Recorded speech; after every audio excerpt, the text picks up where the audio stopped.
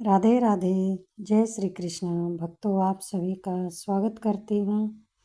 भक्तों, आज हम बात करने जा रहे हैं एक ऐसी एकादशी के बारे में जो बड़े से बड़े पापों को भी नष्ट कर सकती है। जी हाँ, इसका नाम है पाप मोचनी एकादशी। शास्त्र कहते हैं, जो व्यक्ति इस एकादशी का व्रत करता है, विधिवत पूजा करता है, वह कथा सुनता है, उसके सभी पाप नष्ट हो जाते हैं।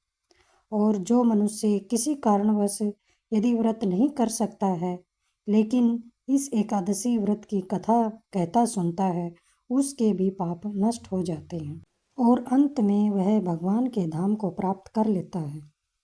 इसलिए आज की कथा को अंत तक अवश्य सुनिए।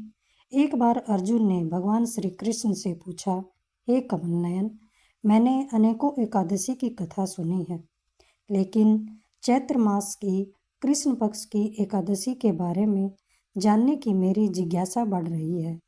हे मधुसूदन, कृपा मुझे बताइए, इस एकादशी का नाम क्या है और इस एकादशी में किस देवता की पूजा की जाती है और इस व्रत के नियम क्या हैं? तब भगवान श्री कृष्ण कहते हैं, अर्जुन, यह प्रश्न पहले राजा मानधाता ने भी महर्षि लोमस से पूछा था। आज मैं वही कथा तुम्हें सुनाता हूँ। एक समय की बात है, प्राचीन समय में चैत्र रथ नामक एक दिव्य वन था। वह इतना सुंदर था कि वहाँ पर हमेशा बसंत ऋतु रहती थी। वहाँ देवता, गंधर्व और अप्सराएं हमेशा विचरण करते थे। उसी वन में मेधावी नामक एक महान ऋषि तपस्या कर रहे थे। वे भगवान शिव के महान भक्त थे और उनके कठोर तप में लीन रहने के कारण देवता भी चिंता में आ गए थे। लेकिन ऋषियों की तपस्या भंग करने और उनकी परीक्षा लेने के लिए कामदेव वहां आ जाते हैं। इस मेधावी ऋषि की तपस्या भंग करने के लिए भी एक अप्सरा आती है, जिसका नाम था मंजू घोष। वह बहुत ही सुंदर थी। वह वहां आकर वीणा बजाना शुरू कर देती है। उसकी आवाज़ इतनी मधुर थी कि धीरे धीरे ऋषि का मन भी विचलित होने लगता है। कामदेव ने भी अपना बाण चला दिया, क्योंकि वे भी नहीं चाहते थे कि ऋषि तपस्या करके शक्ति प्राप्त करें। धीरे धीरे ऋषि का मन तपस्या से हटकर मोह में पड़ गया। फिर वह ऋषि और वह अप्सरा दोनों ही भोग में लीन हो गए। दिन बीतते चले गए और उन्हें समय का भान ही नहीं रहा कि कितना समय बीत चुका है। फिर एक दिन उस अप्सरा ने कहा कि अब उसे स्वर्गलोक जाना है। उसका समय आ गया है, उसका लक्ष्य था वह पूरा हो गया है। तब ऋषि मेधावी ने कहा, अभी तो कुछ ही समय हुआ है तुम्हें आए हुए, अभी तुम्हें और रुकना चाहिए। लेकिन वह अप्सरा कहती है कि नहीं, अब मैं नहीं रुक सकती। तभी ऋषि को जिस माया ने ढक रखा था, वह माया हटी और उसने जाना कि उसने जीवन का एक बहुत बड़ा समय बिता दिया है।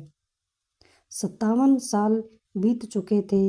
एक महान तपस्वी का जो पूरा तपस्या थी वह पूरी तरह मोह भंग हो गई थी। उस ऋषि ने क्रोध में उस अप्सरा को श्राप दिया कि तुम पिशाचिनी की योनि में प्राप्त हो जाओ, और वह अप्सरा तुरंत ही पिशाचिनी बन गई। वह रोने लगी और ऋषि से प्रार्थना करने लगी कि उसे इस पाप से मुक्त कर दो। तब ऋषि को उस पर दया आ जाती है और उसे चैत्र मास की कृष्ण पक्ष की एकादशी करने को कहता है। इस एकादशी को करने से सभी पाप नष्ट हो जाते हैं। इस एकादशी को इसीलिए पाप मोचनी एकादशी कहा जाता है। इस एकादशी के करने से उस पिशाचिनी के सभी पाप नष्ट हो गए और वह फिर से दिव्य शरीर को धारण करके स्वर्ग लोक को चली जाती है। ऋषि मेधावी ने भी पाप मोचनी एकादशी का व्रत किया और अपने पापों का प्रायश्चित किया। कभी कभी क्षणिक सुख के लिए मनुष्य अपने लक्ष्य को भूल जाता है, लेकिन भगवान श्री हरि इतने दयालु हैं कि यदि हम सच्चे मन से पाप मोचनी एकादशी का व्रत करें और तो हमारे सभी पाप नष्ट हो जाते हैं। यह एकादशी का आरंभ